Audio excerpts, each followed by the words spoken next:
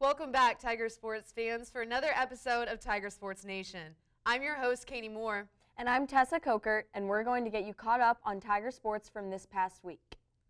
The softball team traveled to Virginia last week and played 6 games. The Tigers went 3-2 and 1. In their final game last week, DePauw played Christopher Newport University and won 7-5. Alex Romero Salas was on the mound for the Tigers and had 2 strikeouts. DePauw will get back on the field this weekend as they travel to play in the Illinois Wesleyan Tournament. Their first game is scheduled for 1:30 p.m. against Wisconsin Whitewater. The baseball team also traveled last week. They played 6 games in Florida and went 4-2. The Tigers opened their Florida trip with an astounding 14-0 win over Williams. Grady Johnson led DePauw with 2 runs, and Pierce Riendo and Patrick Deemer split time on the mound. Riendo had 7 strikeouts and Deemer had 1. DePauw will be back in action on Wednesday when they host Franklin. The first pitch is scheduled for 4:15 p.m. To keep the trend going, the women's lacrosse team also traveled on spring break and played 2 games in Colorado. The Tigers played Colorado College and Claremont Mud Scripps, but came up on the short end of victory in both. The men's lacrosse team played twice last week and won both.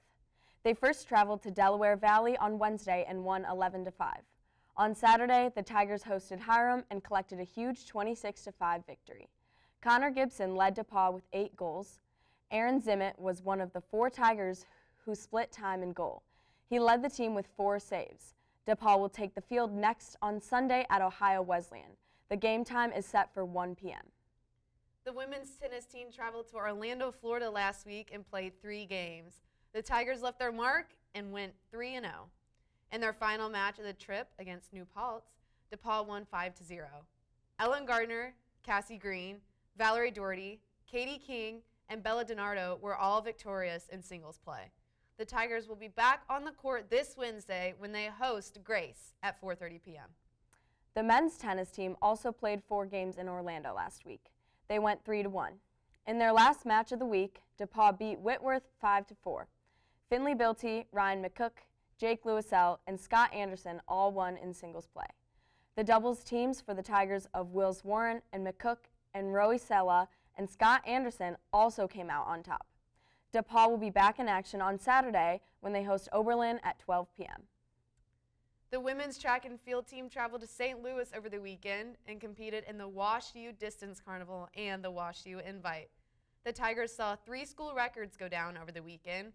Sophie Porter broke the 14-year-old 10,000-meter record, running a 35:36:75. The previous record was 37:30:30.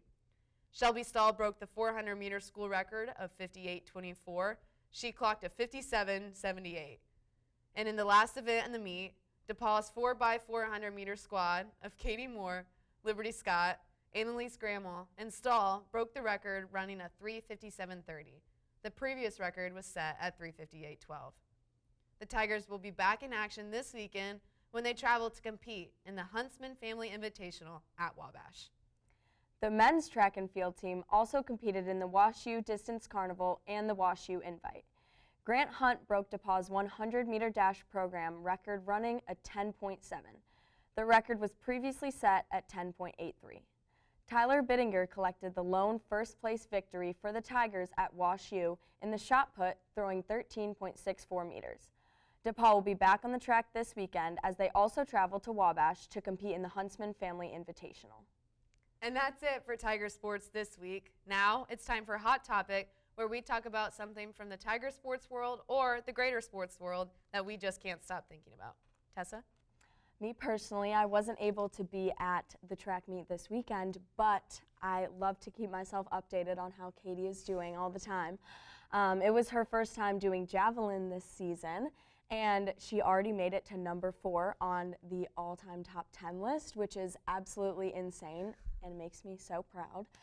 She also came out running with a 26.8200, which is literally insane. So all props to you this weekend. Well, thank you. I appreciate it.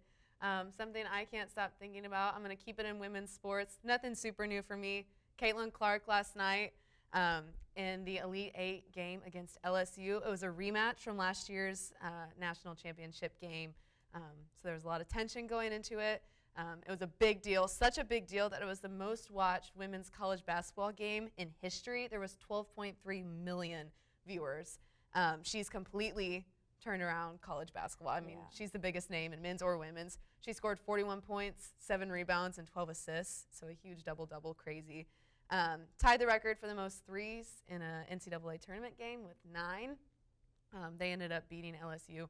But I would be wrong to not mention Flau'jae Johnson of LSU. I think Angel Reese gets a lot of attention, which she should. She's a great player, but I think it takes some away from her teammate, and Flau'jae Johnson was incremental to LSU keeping it so close the whole game. She had 23 points, had a layup at the end of the first half to send it into halftime tied.